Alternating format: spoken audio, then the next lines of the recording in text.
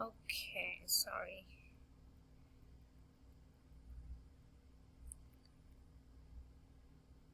Okay, class. So let's start with B lymphocytes. And to start with, know that about 15 to 30% of the lymphocytes are B lymphocytes. They contain antigen receptors to only one antigen, so they are also very, very specific. They produce antibodies, and the B lymphocytes are also activated by the helper T lymphocytes. So this is how it works. What do we see here? We do see a B lymphocyte here. So this is a B lymphocyte. Now, the B lymphocyte is actually activated by a helper T lymphocyte, which is right here. So once the helper T lymphocyte finds an antigen shown by the green balls, so the helper T lymphocyte finds the antigen, and in response, the helper T lymphocyte starts secreting cytokines right here. The helper T lymphocyte then activates the B lymphocyte, and the B lymphocyte divides by mitosis. It forms two types of cells. Plasma cells, as shown by the bigger cells here, these are plasma cells, and the plasma cells produce antibodies, shown by the yellow Y's, and the antibodies fight against the antigens by forming antigen-antibody reactions. The B lymphocyte also gives rise to the memory B lymphocyte, which respond to re-exposure of the antigen and initiates actually a faster immune response than occurred at first exposure to the antigen. So the memory cells, they float in circulation. If you are infected by the same antigen again, the memory cells elicit a faster immune response, and it fights off the infection even before you get sick. So that's how the helper T lymphocytes activate the B lymphocyte, and we get either plasma cells or memory cells. NK cells, they are a very, very small percentage of the lymphocytes. They work against a wide variety of infected cells and some cancer cells, as we mentioned before. Moving on to lymphatic structures. Now, lymphatic structures, there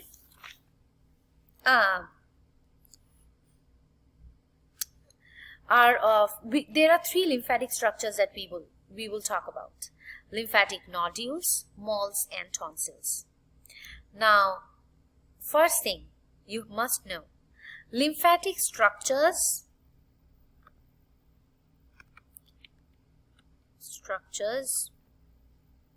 and lymphatic organs are different things.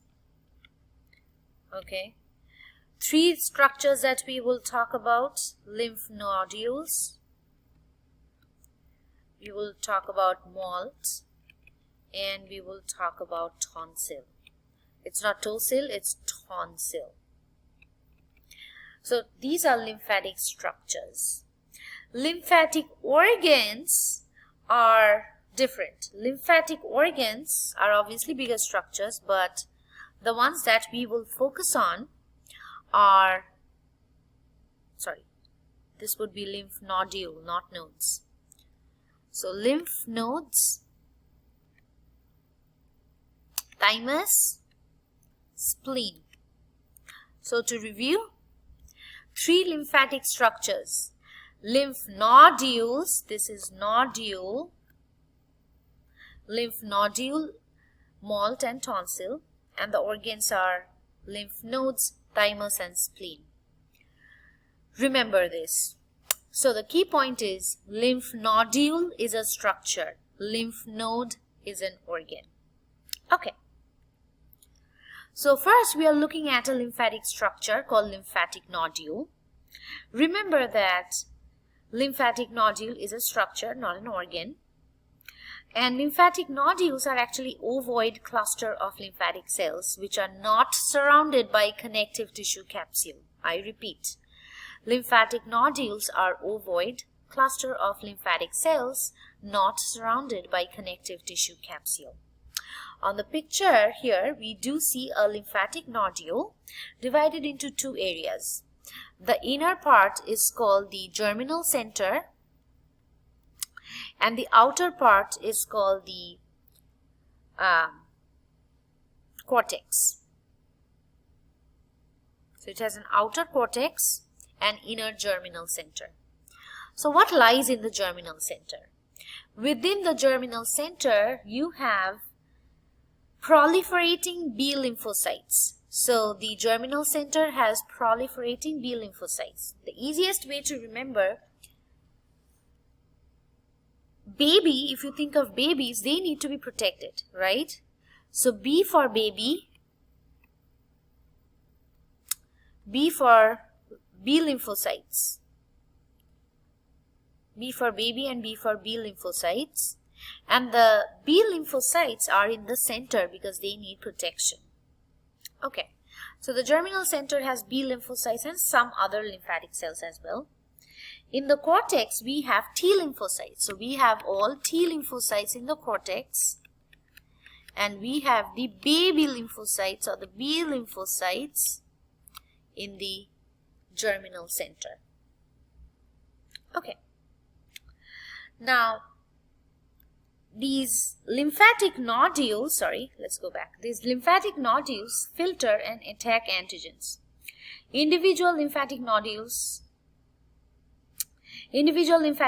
is small, but they often remain in clusters, forming larger structures like MALT that we will talk about in a minute. And the full form of MALT is Mucosa-Associated lymphatic structure. Let's take a look. So here we see MALT, which is a mucosa-associated lymphatic tissue. And MALT is actually a large lymphatic nodule associated with the mucosa of the GI tract, respiratory tract, genitals, and urinary tract. So again, I repeat, MALT, they are nothing but larger lymphatic nodules associated with the mucosa of the GI tract, respiratory tract, genitals, and urinary tract. Together, they are called MALT. The point is, as food, air, urine enters their respective tracts, the lymphatic cells in the MALT detect antigens and, if found any, initiate an immune response. In the small intestine, MALT is very, very prominent, and they are called Peyer's patch, as shown by the picture on the right-hand side. The Peyer's patch is a large structure that bulges out into the gut lumen. So we do see that in the small intestine, the MALT is very, very big, and it's called Peyer's patch. So that's a Peyer's patch associated with the mucosa of the small intestine.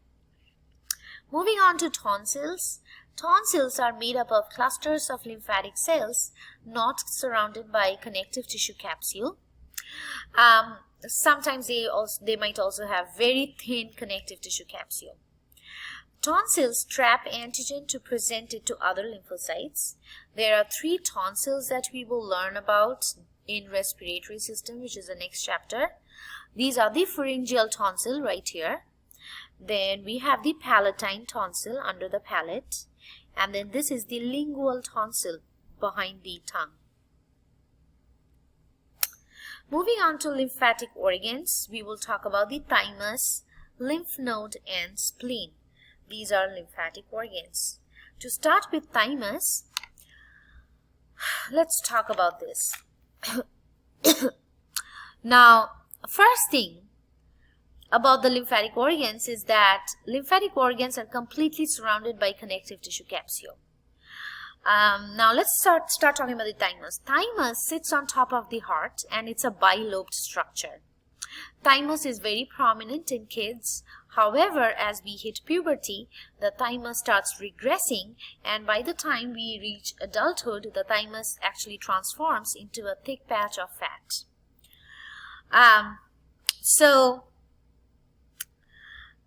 The lobe, so in this picture we do see the thymus sitting on top of the heart. So this is a thymus bilobed structure, and the lobes are actually divided into lobules. Now let's take a look. So we are looking into one lobule. This is one lobule of the of a thymic lobe. And if you look, each lobule is divided into inner medulla, outer cortex. Okay. In the outer cortex, we have immature T cells. And in the medulla, we have mature T cells. So let me draw it out.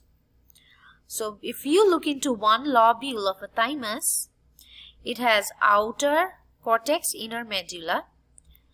Cortex has immature T cells. Medulla has mature. Medulla mature. Will you remember that? Mature T cells. So medulla has mature T cells. Cortex has immature T cells. Okay. And also, since thymus is an organ, it has connective tissue, and the connective tissue capsule actually divides the lobe into lobules. Right here, you do see the connective tissue capsule in white, and here we do see, let me change color.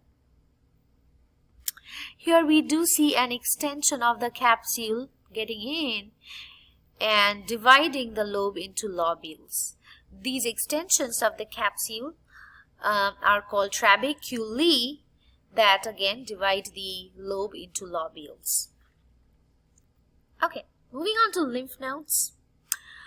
Lymph nodes, they are found in clusters. And the three places in the body where we find lymph nodes in clusters are the axillary lymph node, that actually scans the lymph collected from the breast, axilla and upper limb. Then we have inguinal lymph node that scans the lymph collected from the lower limb and the pelvic area. And we also have a cervical lymph node that collects the lymph gathered from the head and neck. If you have an infection and you go to the doctor's office, oftentimes doctors check your cervical lymph node to check for possible inflammation. If the lymph nodes are inflamed, that means the lymphatic cells are activated, and the lymphatic cells are fighting against some infection in the body.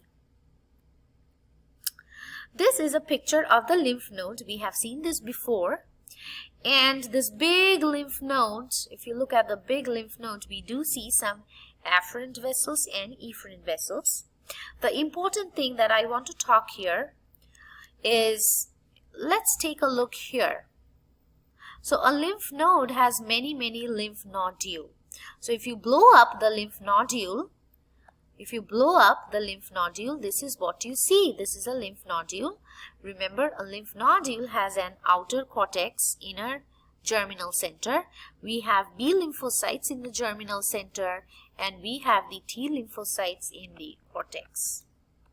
Right? Okay. Moving on to spleen super quick. Spleen is a lymphatic organ, and spleen does not scan lymph. I want you to hear me. Spleen does not scan lymph. Instead, spleen scans the blood. So it combs the blood for antigen. Blood enters the spleen via splenic artery, and blood leaves the spleen via splenic vein.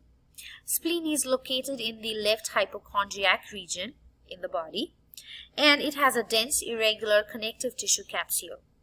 The capsule divides the spleen into extensions of the connective tissue capsule are called trabeculae, that divides the spleen into red pulp and white pulp. And I'll start with another video talking about the red pulp and white